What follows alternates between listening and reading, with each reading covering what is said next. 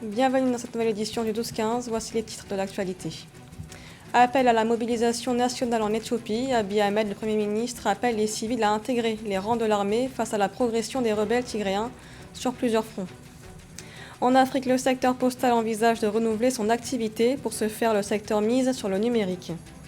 Et puis découverte en Guinée d'un nouveau virus. 2 mois après la fin déclarée d'Ebola dans le pays, le virus Marburg constitue une menace nationale. Mais d'abord, en République démocratique du Congo, les travaux pour la mise en place d'une commission paritaire majorité-opposition ont débuté le 12 août. Mise en place par l'Assemblée nationale, cette commission a pour mission de valider les candidatures des délégués de chaque partie prenante au bureau et à la plénière de la CENI. Le parti d'opposition, le Front commun pour le Congo, a décliné sa participation, tandis que le mouvement citoyen Lamuka continue de manifester devant le Parlement. Il réclame que la CENI soit dirigée par des membres de la société civile uniquement. En Éthiopie, le Premier ministre Abiy Ahmed a appelé les civils à intégrer les rangs de l'armée pour affronter les forces tigréennes. Les combats ont débuté en novembre dernier après l'envoi de l'armée fédérale dans la zone. Les forces tigréennes ont poursuivi leur offensive vers les régions voisines. Joël Ballot. Au vu de l'avancée des rebelles du Tigré en Éthiopie, le Premier ministre éthiopien Abiy Ahmed lance un appel à la mobilisation générale. Celle-ci consiste à déployer la capacité totale de défense de l'État si les ouvertures humanitaires pour une résolution pacifique du conflit restent sans réciprocité.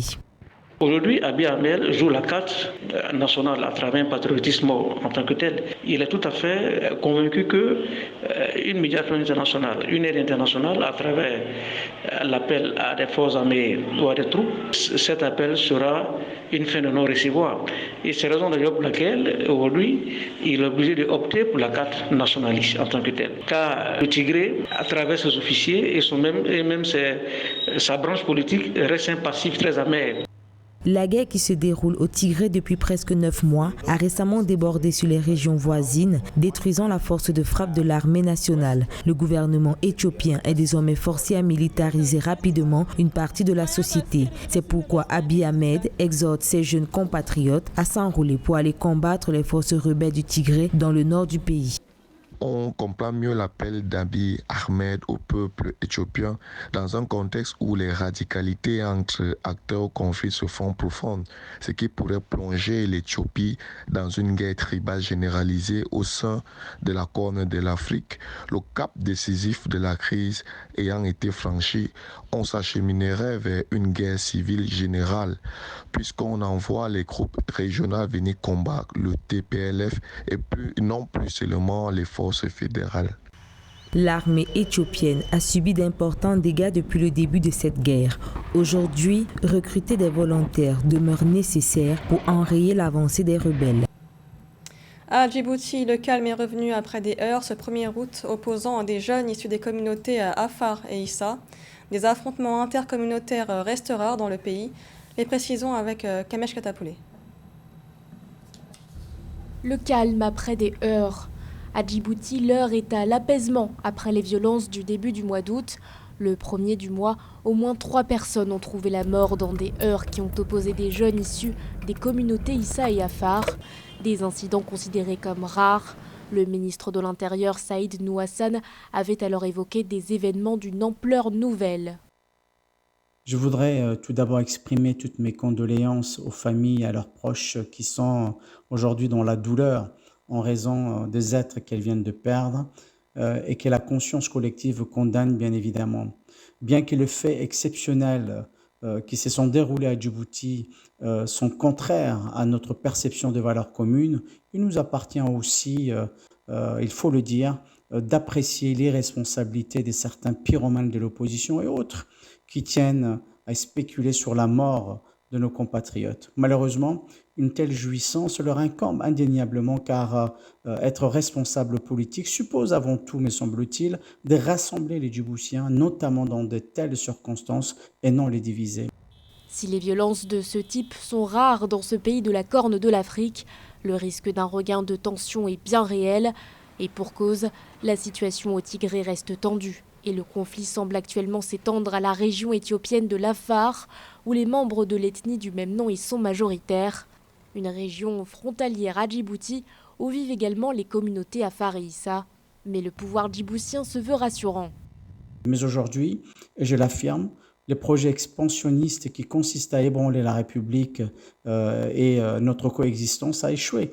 Et grâce en tout premier lieu à la vigilance certaine du président de la République et à l'intelligence aussi des Djiboutiens, sans omettre bien sûr, et sous l'impulsion du chef de l'État, les travaux considérables de nos forces de l'ordre qui ont protégé tous nos concitoyens et sécurisé la République dans l'objectif de continuer à garantir l'état de droit dans une telle épreuve.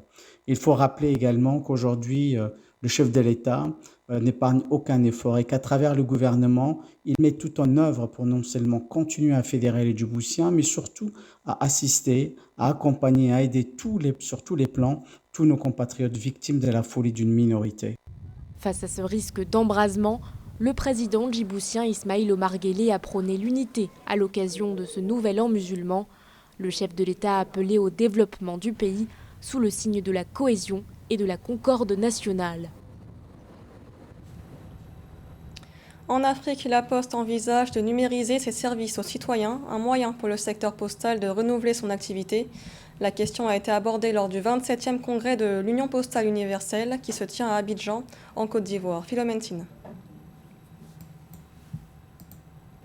L'Afrique accueille actuellement le rendez-vous mondial des opérateurs postaux avec le 27e congrès de l'Union postale universelle à Abidjan en Côte d'Ivoire. À travers sa stratégie mondiale, la Poste envisage de devenir un centre d'intérêt pour les populations. Toutefois, cet opérateur chargé de l'acheminement et de la distribution du courrier ainsi que des opérations bancaires doit nécessairement mettre en place de nouveaux services financiers digitaux pour les populations avec la montée en puissance du numérique, notamment en Afrique. À partir du moment où l'écosystème a changé, on est obligé de nous réadapter ou de nous mettre à diapason. Déjà, le manuel doit être abandonné pour que le digital prenne la place. Le manuel parce que le client est devenu exigeant. Donc les questions de célérité et de rapidité sont les maîtres mots parce que la nouvelle promesse client, c'est de faire en sorte que le client puisse recevoir en temps réel ou à période bien définie le colis ou le paquet qu'il a commandé, mais aussi de lui donner la possibilité d'avoir des multi-points de service. Une des missions de la Poste, c'est d'être le lien social entre les citoyens et le gouvernement. C'est dans cette dynamique que la Poste Côte d'Ivoire a mis en place une plateforme numérique qui permet aux populations de se fournir des documents administratifs à travers le web. Il faut que la Poste soit capable de se redéfinir comme un point de prestation de services aux citoyens. En Côte d'Ivoire, nous avons lancé dernièrement une solution qui s'appelle document.ci, qui est un site web qui permet aux Ivoiriens de commander en ligne des extraits de naissance, des certificats de nationalité, des casiers judiciaires et des documents administratifs, de payer en ligne et de se faire livrer soit à un bureau de poste, soit à domicile. La Poste est en train d'accélérer le processus de digitalisation de son opérateur postal. La Poste Côte d'Ivoire, elle, ambitionne de devenir un élément principal dans le développement socio-économique du pays. Au Togo, le gouvernement planifie sa politique économique et budgétaire pour 2022-2024. Le document a été adopté par le Conseil des ministres ce 11 août. Il devrait être examiné en commission puis faire l'objet de discussions au Parlement avant d'être adopté en tant que loi de programmation budgétaire. En Guinée, un premier cas du virus de Marburg a été détecté, et ce alors que l'épidémie d'Ebola a pris fin dans le pays il y a 2 mois. La maladie virulente provoque une fièvre hémorragique. La menace serait élevée au niveau national selon l'OMS. Samantha Sabirou. Un premier cas de virus de Marburg a été détecté en Guinée le lundi 9 août 2021. Les premiers cas de la fièvre hémorragique de Marburg ont été déclarés dans la préfecture de Kékédou, au sud du pays. Les autorités sanitaires guinéennes ont informé que l'apparition de ce virus est une première en Guinée et en Afrique de l'Ouest. Il faudra savoir que les frontières en Afrique sont très poreuses. la facilité de contact entre les humains sont très rapides. Et n'oublions pas que, surtout dans cette zone où on a détecté le cas, c'est dans une zone forestière où se trouvent les chauves-souris. La maladie à virus de Marburg se transmet à l'homme par les chauves-souris frugivores et se propage maintenant dans l'espèce humaine par contact direct avec les fluides corporels des personnes infectées ou avec les surfaces et les matériaux. Le virus Marburg porte le nom de Marbourg, la ville allemande, où il est apparu en Europe pour la première fois en 1967. Cette maladie se transmet à l'homme par les chauves-souris et se propage dans l'espace humain par contact direct avec les fluides corporels des personnes infectées ou avec les surfaces et les matériaux. La maladie commence de façon soudaine avec une forte fièvre, des céphalées intenses et un éventuel malaise.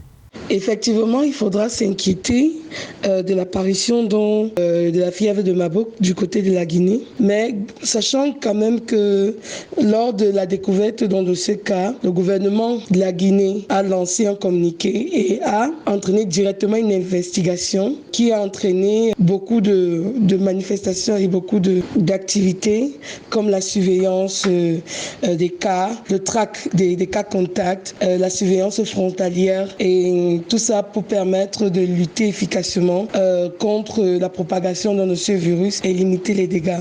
Donc je me dis, avec l'augmentation des connaissances en épidémiologie en Afrique et beaucoup plus avec l'accompagnement des bailleurs de fonds et en même temps des ONG, on pourra quand même contenir ce virus comme on a pu le contenir dans les autres pays. Pour l'heure, l'exécutif guinéen a annoncé l'ouverture d'une enquête et s'emploie déjà à intensifier les interventions d'urgence. L'OMS a déployé une équipe de 10 experts épidémiologistes et socio-anthropologues. En l'absence de vaccins approuvés, l'OMS préconise la réhydratation par voie orale et le traitement des symptômes spécifiques. Le taux de létalité est globalement évalué dans une fourchette de 23 à 90 degrés à en croire les experts. Les espaces protégés de l'Afrique centrale sont de plus en plus vastes. Leur superficie a doublé en 20 ans, atteignant près de 800 000 km² actuellement. Des efforts salués par la Commission des forêts d'Afrique centrale, mais des améliorations dans la gestion des aires protégées sont encore possibles. Nathalie Mo. Le couvert végétal de l'Afrique centrale est au vert. La Commission des forêts d'Afrique centrale, la COMIFAC, a indiqué que les surfaces protégées de la sous-région ont augmenté en termes de superficie. Ainsi, les aires protégées représentent actuellement près de 800 000 km², soit environ 15% des territoires terrestres. Ce rapport a été une volonté des États de pouvoir évoluer vers la prise en compte de la conservation, de la gestion durable des aires protégées. C'est un rapport qui donne des éléments de prise de décision aux décideurs. En Afrique centrale, les aires protégées ont doublé en nombre et en taille depuis 20 ans. C'est la traduction d'un engagement de plus en plus croissant des États de l'Afrique centrale en faveur de la conservation de la biodiversité.